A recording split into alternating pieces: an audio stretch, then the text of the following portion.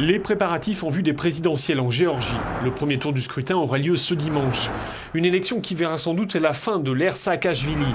D'abord parce que l'actuel chef de l'État, Mikhail Saakashvili, ne peut pas briguer un troisième mandat, mais en plus parce que la victoire semble promise au camp de son grand rival, l'actuel Premier ministre.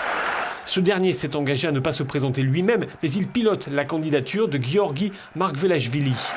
Cet homme de 44 ans est diplômé en philosophie, il était jusque-là vice-premier ministre. Il assure que son objectif est de poursuivre l'ouverture de la Géorgie vers l'Europe et vers l'Occident, mais que dans le même temps, en cas de victoire, il continuera la politique de normalisation avec la Russie.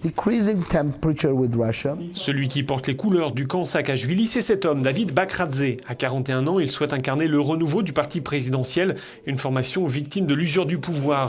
La guerre éclair contre la Russie à l'été 2008 a aussi entamé le crédit du parti de Saakashvili. Il est loin le temps euphorique de la révolution des roses. La preuve, une des figures de cette révolution, Nino Burjanadze, se présente aujourd'hui contre le camp Saakashvili.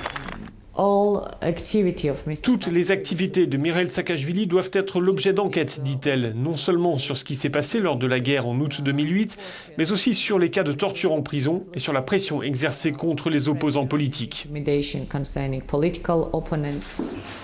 À 45 ans, Mikhail Saakashvili s'apprête à quitter ses fonctions après 10 ans au pouvoir et à retourner à la vie civile, laissant derrière lui un héritage mitigé.